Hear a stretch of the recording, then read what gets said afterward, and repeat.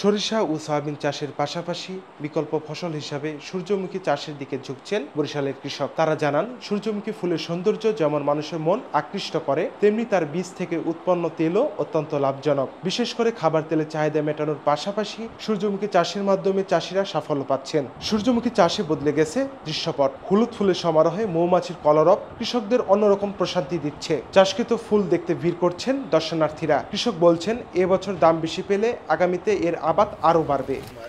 নতুন সূর্যমুখীর প্রজেক্ট করছি, দেখতে অনেক ভালো লাগে, ফলনও ভালো হয়েছে।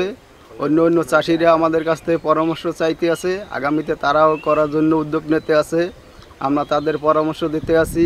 আমরা সূর্যমুখীর চাষ এই প্রথম আমরা করেছি 2 একর জমিতে। আমরা 10 জন চাষি, খুব সুন্দর ফলন হয়েছে এবং চতুর্দিক দিয়ে লোক দেখতে আসে ওই ফুল ছিঁড়ে নেয়।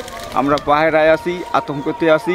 ভবিষ্যতে আমরা এই ধরনের ফসল করতে চাই, যাতে আমরা ভালোভাবে দাম পাইতে পারি সেই ব্যবস্থা, আর আমরা খাওয়ার জন্য কিছু রেখে দেব। ফলন খুব ভালো হয়েছে, সবাই দেখতে আসে, টিয়া পাখিতে খায়, এই নিয়ে পাহারা আছি খুব ঝামেলায়। এদিকে সূর্যমুখী চাষ সহ তৈলজাতীয় ফসল উৎপাদনে সার, বীজ এবং পরামর্শ দিচ্ছে কৃষি বিভাগ। কৃষি সম্প্রসারণ অধিদপ্তর তেলের আমদানি নির্ভরতা কমানোর জন্য কাজ করে যাচ্ছে বিগত 3 বছর যাবৎ, এবং এই 3 বছরে ধারাবাহিকভাবে তেল ফসলের আবাদ বৃদ্ধি পেয়ে যাচ্ছে।